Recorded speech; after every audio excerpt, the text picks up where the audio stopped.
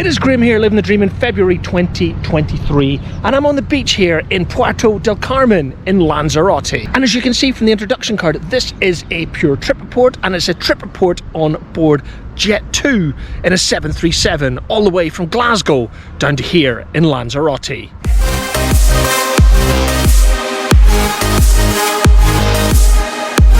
Hi, I'm Graham, and this is my wife Fiona, and we have always had a work hard, play hard philosophy. From London to New York, and of course the Caribbean, we live our dream through travel. And of course, the odd cocktail. And here on YouTube, we create our memories while living our dream. So come and join us as we share our memories with you.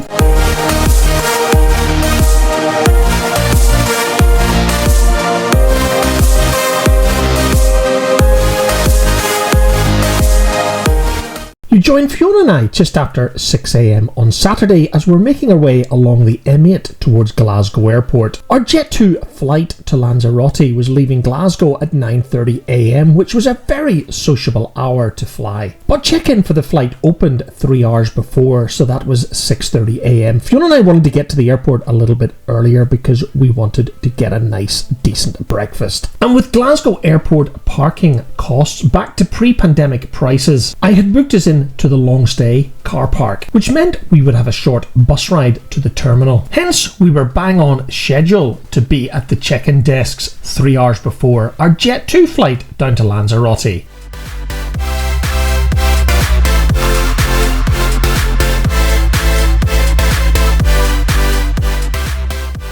It was only a very short walk from our car to bus stop 3 at the Glasgow Airport long stay car park. However, it wasn't very long until we saw our bus coming in the distance. The buses do tend to run on a continuous basis, so you never have to wait that long. And in less than 10 minutes, we're walking past the main terminal building at Glasgow Airport, heading for Terminal 2, which is where Jet2 check in. I think Terminal 2 is, or it certainly used to be called, the St Andrews building. It's a bit of an old style prefabricated temporary structure stuck on to the east side of the main terminal at Glasgow. And years ago, this is where you used to check in for all EasyJet flights before EasyJet became quite mainstream and they moved to the main terminal. And today this is where Jet2 currently live, and you check in for all of their flights departing Glasgow from this St Andrews building. And as you arrive in this Jet2 check-in area, you are met with a myriad of staff, all there to help you get your holiday off to a great start, which is in stark contrast to another national carrier here in the UK that I don't want to mention in this video. This is one of the best check-in experiences that Fiona and I have had in years, probably since 2019 when we last flew Jet2 down to Tenerife. All of the Jet2 staff seemed genuinely happy to be at work, and they couldn't do enough for us, including the automated bag drop process. So as Fiona and I headed towards security in the main terminal, we couldn't have been more impressed with Jet2 so far.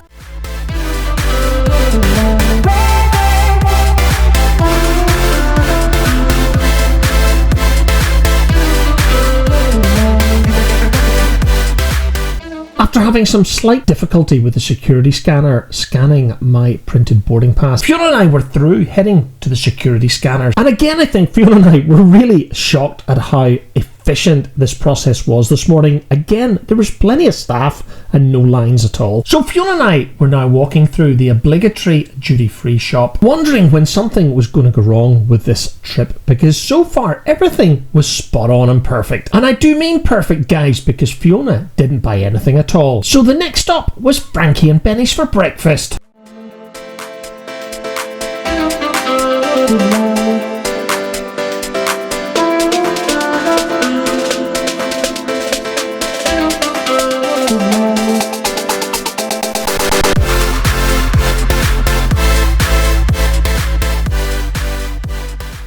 We had absolutely no idea what was happening at Glasgow Airport this morning, because every member of staff, from the check-in to the security and here at Frankie and Benny's, had clearly taken their happy pills overnight. And the breakfast was pretty good also, setting us up for the day because we would probably have missed lunch by the time we get to the hotel in Lanzarote. The waiter also seemed genuinely shocked at the tip we gave him, but again, his service was just so good and such a pleasant surprise to the previous travel experiences Fiona and I have been having over the last few years. So with our plates cleared, Fiona and I were heading into the terminal to relax for the next hour before before our flight would be called.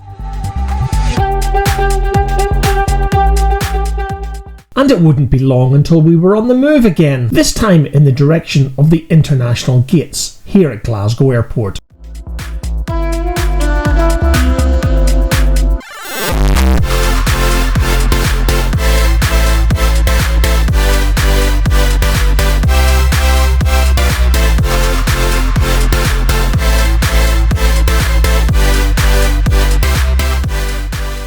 And I know what you're wondering, guys, we were at the furthest gate, and you'd be absolutely correct. That sped up a little bit of video. Actually took us just over 5.5 minutes to walk to our gate, which was the furthest away possible here at Glasgow. And given the full Scottish breakfast that Fiona and I had eaten this morning, it was probably a good thing. And imagine our surprise when we were called for boarding right on time. But just to warn you guys, the Jet2 do operate a slightly different boarding procedure to other airlines. Fiona and I were in boarding group A for Alpha, so you'd think we would be boarding first. No, not with Jet2. We would actually be boarding last. And that would have been the case this morning if we'd been boarding the aircraft through a jet bridge. However, as we'd be boarding our aircraft using the stairs this morning, all boarding groups were called after those requiring a little bit of extra time to board. And the entire boarding process was extremely smooth, and the gate agents were also very friendly and clearly very happy to be at work. Guys, you've absolutely no idea how impressed Fiona and I were this morning. Out of all of the airlines that Fiona and I have flown with over the last couple of years, Jet2 are without a doubt the most impressive so far when it comes to the quality and quantity of staff, and they all genuinely wanted to make our travel experience as pleasant and pain-free as possible. And I know that some of you watching this video would probably have preferred to be boarding this aircraft through the jetways. I was more than happy to be making the short walk across this wet and windy tarmac in the direction of this Boeing 737-800 in the livery of Jet2 Holidays.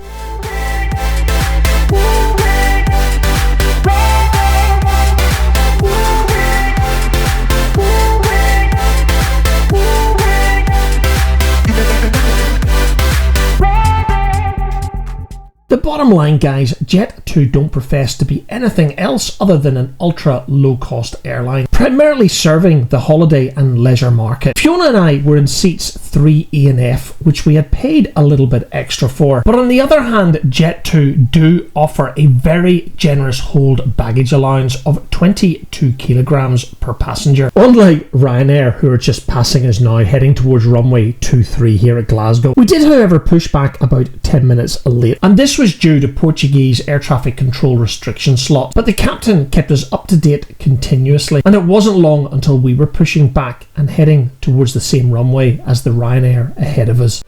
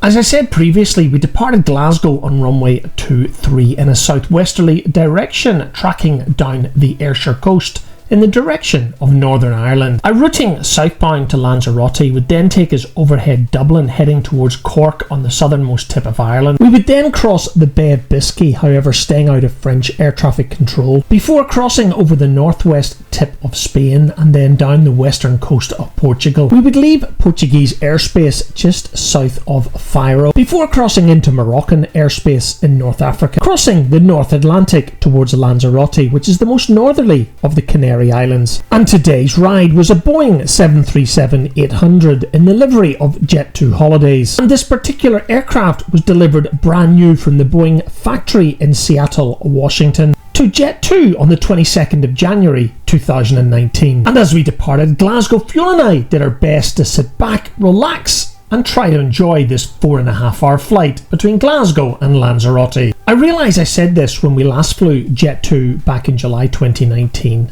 but their seats are probably the most uncomfortable I've ever experienced on a low fares airline. However, it was a pretty short flight at 4 hours and 25 minutes, and as I continued watching the second episode of Slow Horses on Apple TV+, Fiona enjoyed a cup of tea and I had a cup of coffee, which we ordered using a credit card from this onboard Jet2 menu. And because Jet2 have no Wi-Fi connectivity, be prepared to use chip and pin. Neither contactless or Apple Pay worked. And please don't take it the wrong way, guys, because I'm very happy that Jet2 don't have Wi-Fi. I personally think flying is one of the great things that we can enjoy free of the internet. And I love the fact that today, for nearly 4.5 hours, I had no interruptions from emails or WhatsApp messages. I was also pleasantly surprised that Jet2 are one of the very few airlines in the post-pandemic world that still have an in-flight magazine. That other airline that I've promised not to mention in this episode have done away with their in-flight High Life magazine. Oh, there, I've gone and given them away. And I can only therefore assume that our national UK carrier have got rid of their in-flight magazine simply to cut more costs. So here is just another example where Jet2 have blown a full-service airline out of the water. So as we climbed above the clouds and into blue skies, we continued making our journey south towards the Canary Islands.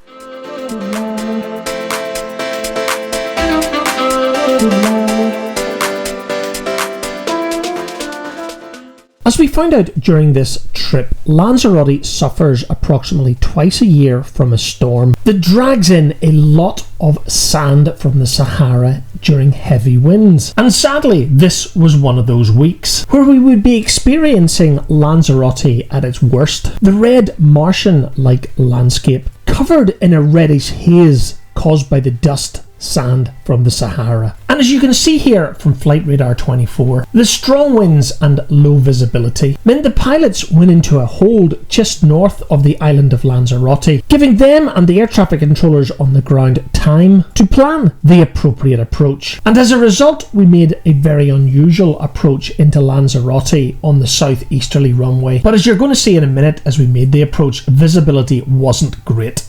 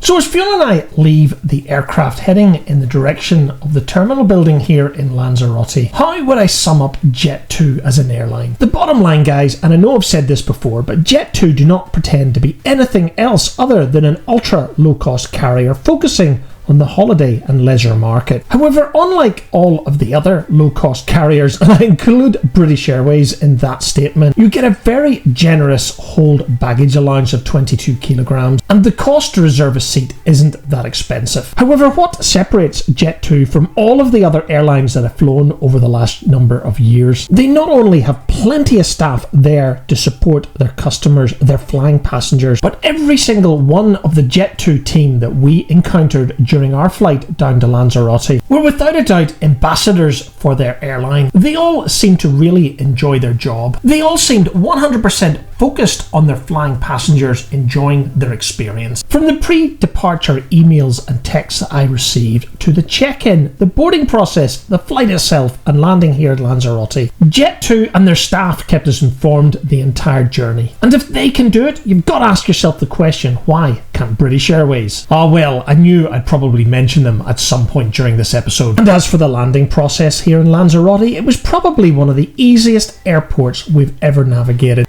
Passport control was a completely automated process, and as a result we were landed and through immigration and in the baggage hall in less than 10 minutes from leaving the aircraft. So on a score of 1 to 10, I would absolutely 100% give Jet2 10 out of 10. And if other airlines adopted the same model and ethos as Jet2, flying wouldn't be the terrible experience it tends to be these days. So with their bags promptly delivered to the carousel belt and through customs, Fiona and I were now en route to the transfer bus that would take us to our hotel. And that's going to be the subject of the next video on the channel, when I walk you through our Jet2 experience from the airport to the hotel. So you know what to do, guys, if you want to continue to follow Fiona and I lazing in Lanzarote in February 2023. Don't forget to hit that subscribe button and press the bell icon to be notified when our next video is published. And until that next video, thank you so much for watching.